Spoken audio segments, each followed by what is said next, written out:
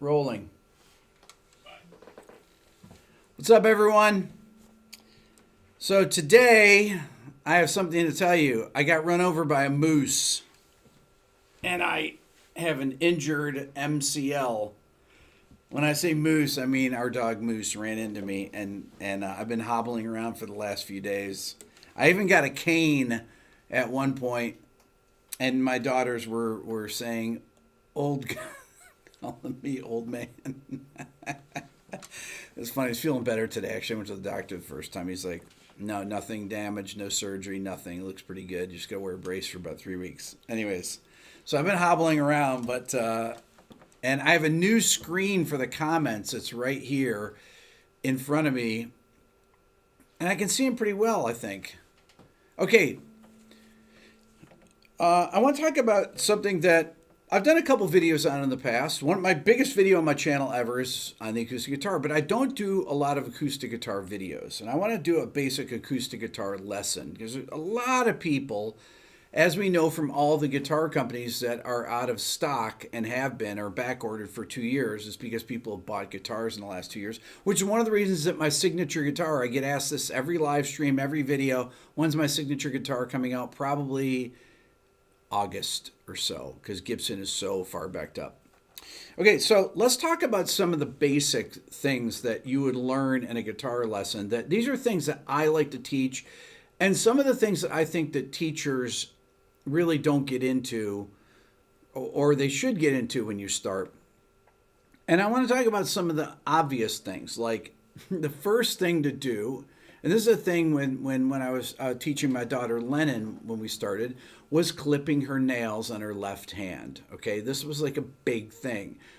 Now, I think personally, I don't like to see any white on my fingernails. So I clip my nails down so that my fingers get used to having no white. So there's as much of a pad as there can be on your left hand, assuming you're a right-handed guitar player. What happens here is that your fingertips will get toughened up faster, and you'll have a more consistent tone, and you won't be hitting the fingerboard with your nail, because that's one thing you definitely do not want to do. Everybody's nail beds are different. I happen to have kind of low nail. Well, if you look at my pinky here, or my ring finger, there's a lot of meat on the top of it, so I can trim that finger down quite a ways. A lot of people's nails start right at the top. It doesn't matter. But definitely, from me trimming this hand for so many years, it just makes it easier to play. Okay, so the other thing I get asked about is my picking hand and holding the pick. A lot of people notice that when I hold the pick that I keep my hand closed, and they ask why. And honestly, the reason why is because that's just the way I learned. I looked in a Mel Bay book when I was starting out in whenever it was, the mid 70s, when I broke my ankle. So I had an injured leg. This is the day to teach guitar. And I found that if I held the pick like this, that my hand was much more relaxed. I had friends that held their hands out like this, and I would always notice that if they used it as a pivot, that they would have very, very stiff hands, and you get a lot of tension. What you don't want to have is tension in your playing, right? You want to be as relaxed as possible, including your shoulders need to be relaxed. That's another important thing when you're starting to play an instrument. Now, the left hand position I want to talk about, because you want to always have this kind of a shape to your hand, because one of the most frustrating things that people have happen and what makes them want to quit is that they can't get a sound. The guitar is a difficult instrument to get a sound out of, okay? Now, obviously open strings are easy, but once you start putting fingers down, you start getting a lot of muted strings if your hands and your fingers are not angled properly, okay? So I like to start with an E minor chord because it has very few fingers, okay? Now, there's a few different ways that you can play an E minor chord. I like to start with it with these two fingers because the index finger is the finger on your hand that has the most control. But one of the things when you're playing an E minor chord, right, is that the two fingers need to be locked together. I find that this is the best way to teach beginners because it gives the hand stability when the two fingers, anytime you have two fingers that are next to each other, we're going to talk about other chords, those two fingers are locked together. This is going to help you when you play bar chords. It's going to help you it'll help you with everything in the guitar, even when you're an advanced player. So that E minor chord, what you need to do is you need to have, that hand needs to be open like a C like that. That's the only way you're going to get the other strings below this. If my hand is like this, you're going to start getting dead strings, which is what you don't want, these dead strings. You need to be able to pivot the hand and keep it open, right? Get a nice even strum on the E minor chord. Don't even worry about strumming patterns yet. We're going to talk about strumming patterns. I think E minor is the easiest. Now, you can also play E minor like this with these two fingers, and I do it in the same way, right? The two fingers support each other, okay? And many times I'll have students just try this to show them that doesn't matter what pair of fingers are together. When you have two fingers that are next to each other and they're on adjacent strings, have the fingers touch together to support each other. Okay, this will actually enable you to have nice round fingers and will keep you from muting strings that you don't want to be muting. Okay, so I usually will start with an E minor chord and try and get the student to get the chord cleanly. Then I like to move on to three-fingered chords, like A minor, for example. Okay, so A minor, if you start things like C, you start getting into these odd hand positions, okay?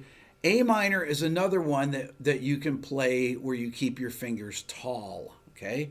When I say tall, on that A minor, the E minor, your hand is almost like a C there. The A minor, the hand comes in like that, okay? So this is A minor. Now, on A minor, we're going to only strum from the A string downwards, okay? But very quickly, in my first guitar lesson, I will teach people to mute the bottom string, the low E string, okay? And I will do that just because I find that it's easier, once again, for them to support the hand and to begin learning muting right at the beginning. Okay, if I'm teaching somebody to play classical guitar, that's one thing. But if I want to teach people how to play songs, the biggest thing is so that people don't get frustrated. You don't want your students to get frustrated, okay? So my A minor chord, I got my index finger here at the first fret on the B string, and these two fingers are on adjacent strings, and they are touching and supporting each other, right? So that is A minor. If I have my thumb up here, it's muting that string, and that way the student doesn't have to worry about hitting all the strings, because this string, even though that note E is actually can be part of the chord, you get a nice clean A minor chord. And then if I go from E minor to A minor or A minor to E minor, I can go, and I'll go to that second fingering of E minor that I had. Okay, once again, those two fingers are moving between the two strings like this. So this E minor chord can go to A minor like that. Now, another principle that you want to teach people right off the bat is to keep every finger down when you're switching chords that don't need to be moved. If I go from an A minor chord to a C major chord, there's only one note that is different between the two chords, okay? This note A becomes C by me lifting my third finger and putting it up here. And this is a C major chord. You'll notice that the shape of my hand does not change at all. These fingers are tall and they're coming in towards the guitar, towards the string, towards the fingerboard at a very steep angle, right? You can see from that direction, you can see from this direction, very steep angle. So I'm literally lifting this finger up, and this takes a lot of coordination to do that, right? So another thing about this, one of the principles of playing guitar is you want to always fret notes just behind the fret that you're playing.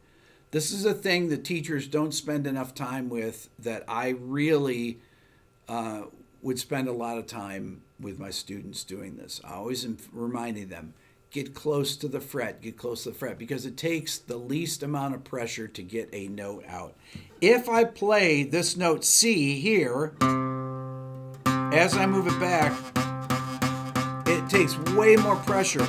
And then you start getting buzz notes. You hear how clear the tone gets there? Tone is not clear there. You hear the buzz. Right? So, on my C chord, this middle finger here that's on the note E is right up next to the fret, just behind it. My index finger that's on the note C is right next to the fret here. It's touching the fret, really, just behind it. You get the most leverage and you get the cleanest note, okay? So there are the three notes there. And a lot of times, I will take my pinky, so that my pinky isn't up like this. I will tell people, just rest it on your other finger. There's a lot of resting of fingers. There's a lot of keeping the hand in as compact a position as possible so that you have as much strength as possible. This also comes into play when you go to the D chord, because I will typically teach the D chord in the first lesson too. I usually would teach E minor, A minor, C major, D major, and G major. Those are usually the first chords. Occasionally I'll teach E major and A major if the students are getting this, okay? But they all follow the same principles. The tricky thing about the D major chord is the finger spacing. Once again, this is a D major chord. Now, I'm only strumming from the D string down, but I could strum from the A string down, and that sounds perfectly good. But if I play that low E string, you want to have it muted with the thumb. And one of the reasons, again, that I teach muting right off the bat is because I believe that it helps keep your fingers in a stable position, as opposed to this. This, to me, is not a viable thing for a beginner to play. Yes, this is actual correct classical guitar hand position with a thumb in the back of the neck. That is correct. But I don't believe that beginners, I think the beginners should learn how to play muting strings, because these are sophisticated techniques that take a long time to master. So you may as well just start teaching them from the beginning. Now, the tricky thing about the D chord is that there are two tricky things about it. The first thing is these two fingers that play A and F sharp on the G string and on the E string, they are touching each other. When I take them away from the guitar, they are touching each other. Once again, they are supporting each other. Before I go any further, I want to remind people that my sale for today's live stream, I always do a sale of all my educational products, my Beato book, my ear training course, and my Quick Lessons Pro Guitar course. The RB 101 is the discount code. 60% off my Beato book, 40% off my ear training course, and 40% off the Quick Lessons Pro. And by the way, check out my YouTube shorts. That's not really connected to the algorithm. You don't get notifications, but follow my YouTube shorts if you get a chance, and follow me on Instagram. And just follow me on YouTube shorts. Forget about Instagram. Okay, so D major. If these two fingers are not next to one another and they're not stabilized, it's very difficult when you are going and trying to play the chord quickly in a song, right? If I'm going from C to D, it's a real different hand shape that you're doing, right? There's really nothing common. Your hand is going this direction for C major, and then it immediately has to go in a very different direction for D major.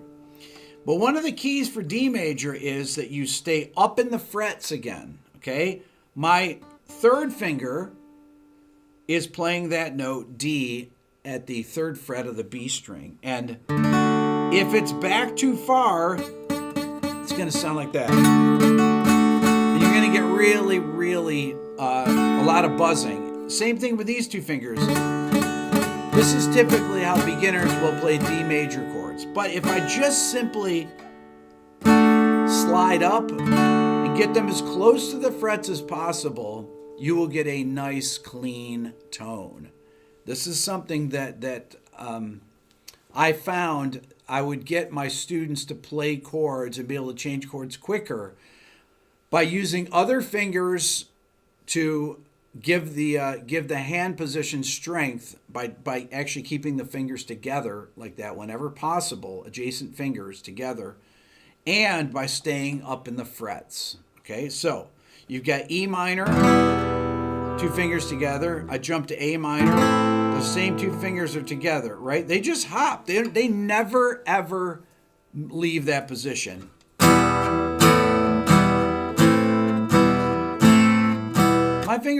My fingers are pretty much glued together. I've always played like that. And this is how you get a really consistent and powerful sound. Okay? Now, the next chord that's difficult to play is G major. I like to teach G major as a 4-finger chord, like this. And I'll tell you why. A lot of teachers will begin with this G major chord. The reason I don't like this is because the pinky is very weak. And I always would find that this is a really, first of all, it's an uncommon chord to play. You play it in folk music a lot, but it's difficult for beginners to play because you're not using your dominant finger, your index finger, which is your one that actually has the most control. Okay, so I like to include it in as many of these chords as possible. Okay, so I teach G major like this, that have these 2 notes here. Once again, those 2 notes, the 3rd and 4th finger, when I take them away from the guitar, my fingers have been locked in that shape for 45 years or so, the entire time I've been playing. They are married right there, those 2 fingers from that G chord. I not only use that for G, use it for D sus4.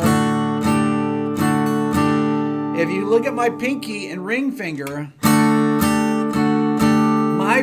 my pinky is right up next to that finger, right? These 2 fingers are right together. My fingers are always touching whenever possible.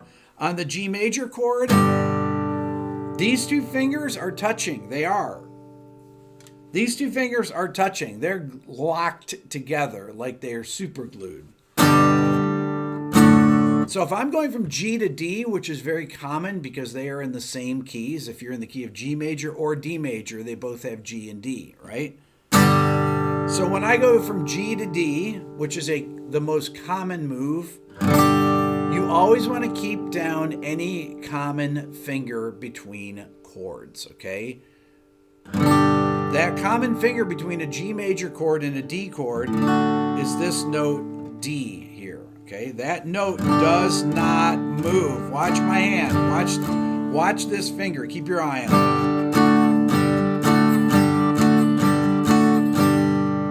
And watch how the pinky is right there, ready to strike like a cobra. You need to be able to master those moves in order to play songs, right? Your ability to switch from chord to chord, the speed at which you can switch from chord to chord, will determine whether you can play a song and how quickly you can play a song, right? So always keep down common fingers. When I'm going from A minor to C, there are 2 common notes. So you're only moving 1 note. So I take this note from the 3rd fret of the G string and I move it to the 5th fret, or from the 2nd fret of the G string to the 3rd fret of the A string. Okay, so these other 2 fingers, watch them, they do not move.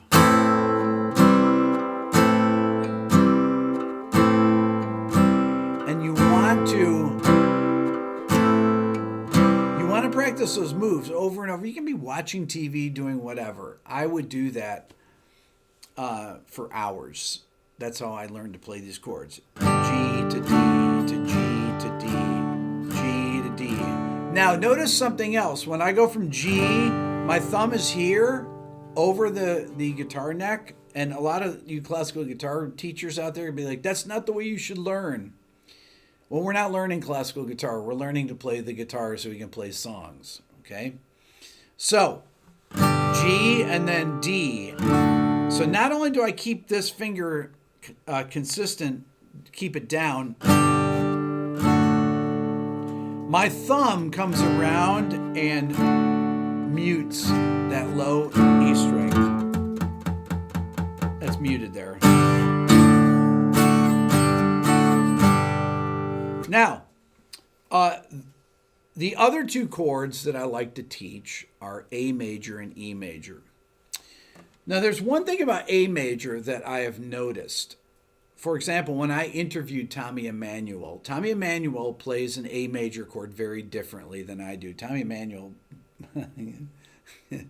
plays everything a lot different than I do. Tommy Emmanuel is amazing. If you haven't seen my interview with him, you should definitely check it out. Tommy has massively thick fingers, right? He's a big guy, 6'4" probably. When he plays an A major chord, he has to play it like this with a D major fingering, I call it. I call it D major fingering because it's the same shape. I play an A major chord like this because I can fit my fingers in the frets there. But one of the problems with playing A major like this is that a lot of times you get a buzz on that note in the second fret of the D string. But if I play it like this, you get a lot more leverage on it, and you'll notice it's actually further up in the fret like that. But the solution to that, I don't think that that's a great solution to that unless you have massively thick fingers. I like to go like this with A major. To me, this is a better fingering for it. And the reason this one works better is because your fingers are smaller. Okay, so the middle finger is actually further up in the fret than the index finger is here because these fingers are skinnier. But what do you notice right here? Glued fingers. Anytime you watch me play, those fingers, if you watch my top 20 acoustic guitar intros, whatever you're seeing me do, you'll notice that my fingers move as a unit. And if I just go like this, I know that that's an A major chord. I don't have to be near a guitar. I can be away from a guitar for 10 years. And I know that that is an A major chord. It is locked there forever for A major. Okay, so once again, you want to be able to keep those fingers whenever they need to be together, put them together. Okay, you always want to have a strong left hand. You want to have those strings depressed with that left hand firmly. Okay, so they're right into the fingerboard with a lot of downward pressure. Now, you don't want to get tendonitis, but you want to have good downward pressure so you don't get any buzzing. Buzzing is bad, right? Buzzing is the thing. Somebody said, why not just bar open A? This is an interesting question. Okay, so there is, you can play A like this. But when you start getting into barring like this is typically what you would do for rock. Is this how you'd play an A chord? When I'm playing rock, I would play an A chord like that. Because I don't care about, and I don't want to be hitting this high E string, so I'm going to be muting that high E string. If I'm playing AC/DC or something, I'll play my A chord like that. You'll notice I don't hear the da, the third. I mean, I'm kind of muting it on purpose. I'm playing a power chord, really, not really playing A major. But when I want it to ring out, I want all those notes to ring clearly. Right? Then the last chord is the E major chord. Now the E major chord is the same shape as A minor. Everything moved up one string. When I say up, it's really down one string, but I mean up towards the ceiling. Okay, that is your E major chord. What do you notice again? Those fingers are glued together. right there.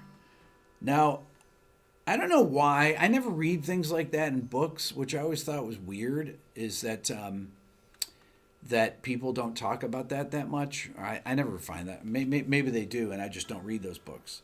The other thing is that the E major and A minor chords can also be played with these three sets of fingers. Okay, same thing. So you can play A minor like that and E major like that. Okay, I don't like to begin with a beginning guitar student with those fingerings. Those fingerings, however, are going to be useful when you play bar chords, because you're going to need to be able to use them in that way to play bar chords and play them cleanly. So you're going to need to know those same fingerings like this. What you want to understand, though, is you want to understand what the finger shapes are, how to play the notes cleanly, how to angle your fingers with the left hand. The left hand is really one of the trickiest things to get. This is what, honestly, this is what makes people quit, is the left hand stuff. I find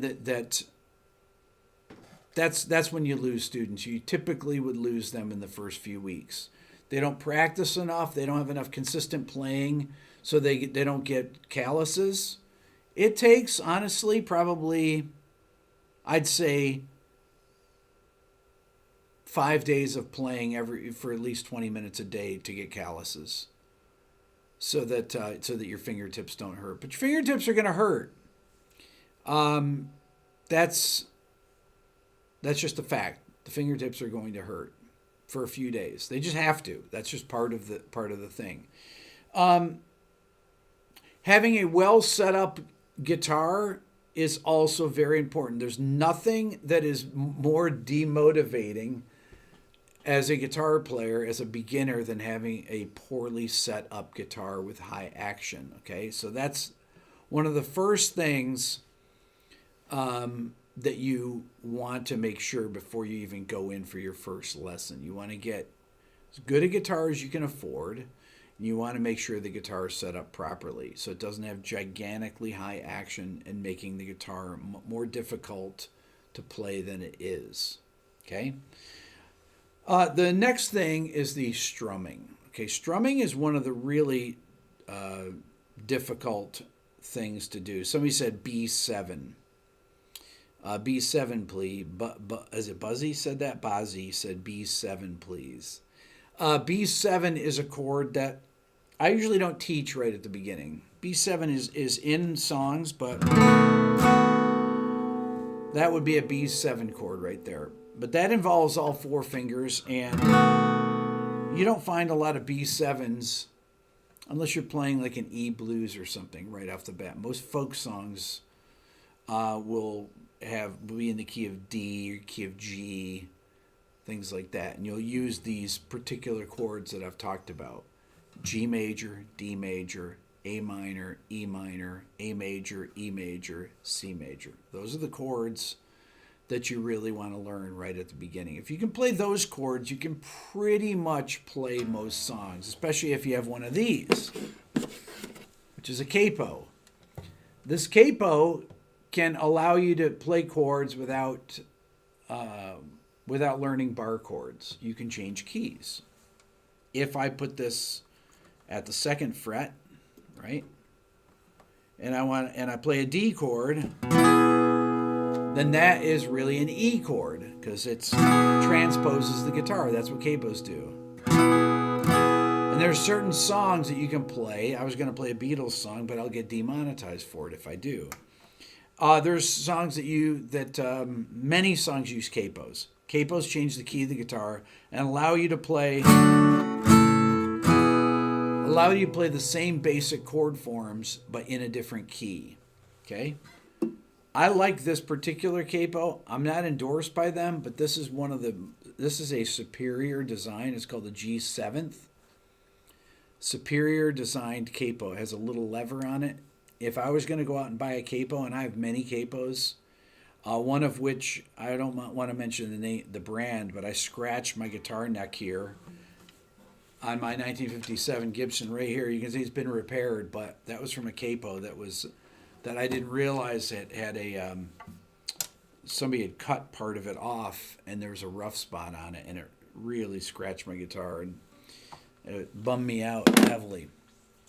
Anyways, the next difficult thing is the right hand. The right hand, okay, we've hit 30 minutes here.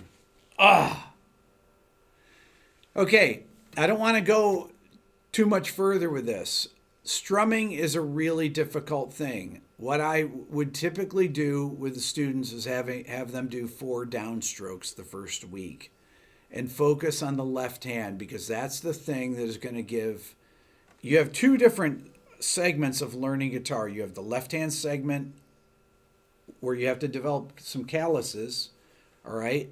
And then the right hand part, which are strumming patterns. The strumming patterns are very difficult for people because you're changing chords and you have 2 different movements going on. So if I'm playing a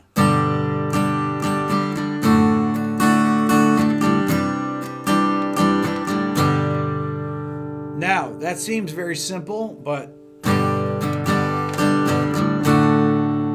that change from G to D, man, to try and get somebody to do that, to actually keep their hand going when they have to change the chords, is extremely difficult for beginners. Not extremely difficult, it's difficult. Difficult, especially if they have pain in their fingers. So what I will do is I will have people just do 4 downstrokes and change chords. So I'll go, maybe.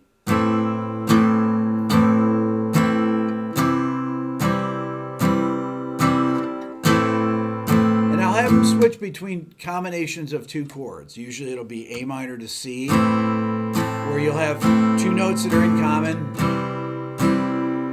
And have them keep really good time and then go G to D.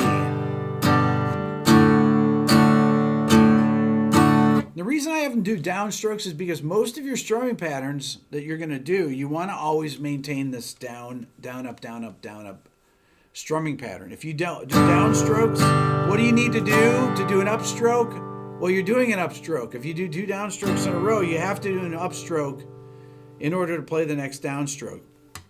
This is how strumming patterns work, right? Always want to have your hand moving like that, right? This is the hardest thing to teach people because they're usually trying to focus on 2 things at once, switching the chords, and then they're trying to incorporate the right hand in there, and it's difficult. It's kind of like when you're learning the drums, learning how to do an open hi-hat, for example, or learning how to play your bass drum in between 2 hi-hats. These are really sophisticated things to do that drummers take for granted, but they're the hardest things for beginning drummers to learn. That's very similar to learning how to strum and change chords at the same time, because it requires a lot of hand independence, difficult for your brain. Okay, discount code for today's live stream is RB101. If you want to support the channel and learn how to have a better ear, how to play things on guitar, music theory, I have my Beato book, I have my ear training course, and I have my Quick Lessons Pro guitar course, okay? 60% off my 700-page Beato book PDF bundle, 40% off the ear training course, and 40% off my Quick Lessons Pro. If you don't play an instrument and you want to just donate to the channel, there's a link to donate to the channel as well in the description. Or you can sign up for the Beato Club. So I would say that stick with it. If you bought a guitar here in the last year or so and you want to learn how to play, it's better to practice 10 minutes a day, 6 days a week, 7 days a week, 5 days a week than it is to practice 5 hours 1 day a week. It's about consistency. It's not about how long you sit down for 1 day. All right? Consistency is the key to learning anything. Okay? Cool. Have a great weekend. Check out my latest videos. Follow me on TikTok if you want, but really check out my Instagram short or my YouTube shorts. If you don't ever look at shorts, there's not a lot of guitar shorts people out there. I'm trying to convince my guitar player friends that are YouTubers to make shorts, and they don't want to make them because no one watches them, because they don't get served up to people. But if people start watching them, then they will start doing shorts. So I'm trying to convince all my YouTube guitar player friends to start doing some more shorts. Anyways, you guys are awesome. Thanks so much. Have a great weekend. See ya.